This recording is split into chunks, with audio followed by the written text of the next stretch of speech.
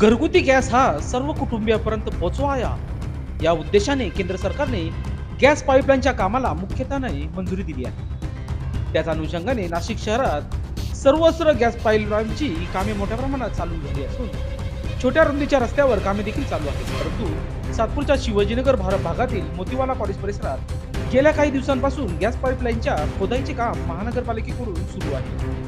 परंतु त्या ठिकाणी वाहतुकीस कोणतीही उपाययोजना न करता आणि जेसीबी यंत्राद्वारे खोदाईची ऑर्डर नसतानाही त्या छोट्या रोडवर जेसीबी यंत्राद्वारे खोदाई करून शालेय वाहन व इतर वाहनांना अडथळा निर्माण होत आहे.